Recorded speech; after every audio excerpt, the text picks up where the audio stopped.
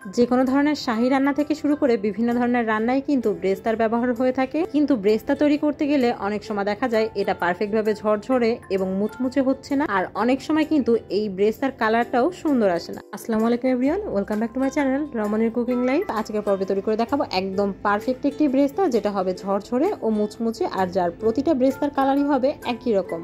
সাথে থাকবে খুঁটিনাটি সকল ধরনের টিপস, আর এই টিপসগুলো ফলো করে আপনারা এই ব্রেস্তাগুলো কিন্তু প্রায় 2 থেকে 3 মাসের জন্য সংরক্ষণ করতে পারবেন।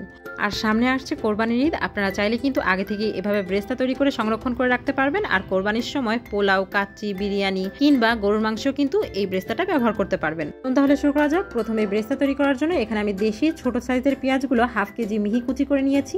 আর আমি এখানে দেশি পেঁয়াজটা ব্যবহার করেছি, আপনারা চাইলে বিদেশি পেঁয়াজটাও ব্যবহার করতে পারবেন, কিন্তু অবশ্যই পেঁয়াজটা সাদা পেঁয়াজ হতে হবে, লাল পেঁয়াজে কিন্তু ব্রেস্তা ভালো হয় না। আর অবশ্যই পেঁয়াজগুলো একই সাইজের কুচি করতে হবে, কোনোটা ছোট কোনোটা বড় করা যাবে না। সেক্ষেত্রে দেখা যাবে ব্রেস্তা তৈরি করার সময় কিছু পেঁয়াজ আগেই কালার হয়ে আসছে আর কিছুটা কালার আসছে না। এই কারণে সব পেঁয়াজগুলো একইভাবে কুচি করে নিতে হবে।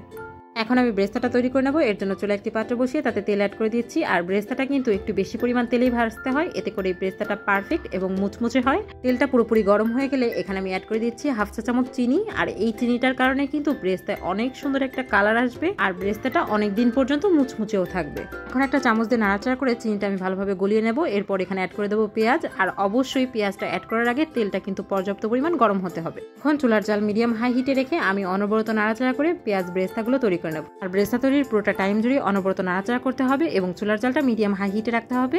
একদম হাই হিটেও করা যাবে না এবং লো আঁচেও ব্রেস্তাগুলো তৈরি করা যাবে না। 5 থেকে 7 মিনিট জাল করে নেওয়ার পর পেঁয়াজগুলো কিন্তু এখন দেখতে পাচ্ছেন এই পর্যায়ে আছে, আর পেঁয়াজগুলো এখন কিন্তু নরম হয়ে গিয়েছে। এখন কিন্তু সাইড দিয়ে একটু নাড়াচাড়া করে দিতে হবে, যাতে করে পাত্রের গায়ে উপরের দিকে কোনো পেঁয়াজ লেগে না থাকে আর পেঁয়াজগুলো পুড়ে না যায়।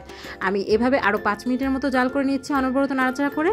প্রায় 5 মিনিট পর পেঁয়াজগুলো কিন্তু কালার চেঞ্জ হতে শুরু করেছে এবং সাদা সাদা হয়ে আসছে। আরো 4 থেকে 5 মিনিট আমি অনবরত নাড়াচাড়া করে জাল করে নেব। এরপরে কিন্তু ব্রেস্তার কালার আসতে শুরু করবে, আর দেখতেই পাচ্ছেন প্রায় 4 থেকে 5 মিনিট পর ব্রেস্তার কালার কিন্তু আসতে শুরু করেছে। আর ব্রেস্তাগুলো এরকম সাদা সাদা থাকতেই এই পর্যায়ে আমি চুলা থেকে নামিয়ে নেব, কারণ এটা কিন্তু ঠান্ডা হওয়ার পর আরো কিছুটা কালার চলে আসবে। চুলার জালটা কিন্তু অলরেডি আমি অফ করে দিয়েছি। আর এখন আমি ব্রেস্তাগুলো তুলে নিচ্ছি। অবশ্যই সঙ্গে সঙ্গে ব্রেস্তাগুলো তুলে নেবেন, তা না হলে কিন্তু বেশি কালার চলে আসবে আর ব্রেস্তাগুলো কালচে হয়ে যাবে। আর ব্রেস্তাগুলো কিন্তু তুলে নেওয়ার পর একটু নরম থাকবে, আর এটা যখন ঠান্ডা হয়ে যাবে পুরোপুরি ঝরঝরে ও মুচমুচে হয়ে যাবে। একটা চামচ দিয়ে আমি একটু ছড়িয়ে দিয়েছি, আর প্রায় 5 থেকে 7 মিনিট পর আমি আপনাদের একটু দেখিয়ে দিচ্ছি। দেখুন ব্রেস্তার কালারটাও একদম পারফেক্ট এসেছে, আর এটা কিন্তু ঝরঝরে হয়ে গিয়েছে। আর ব্রেস্তাটা কতটা মুচমুচে হয়েছে তা আপনারা নিজেরাই শুনে নিন।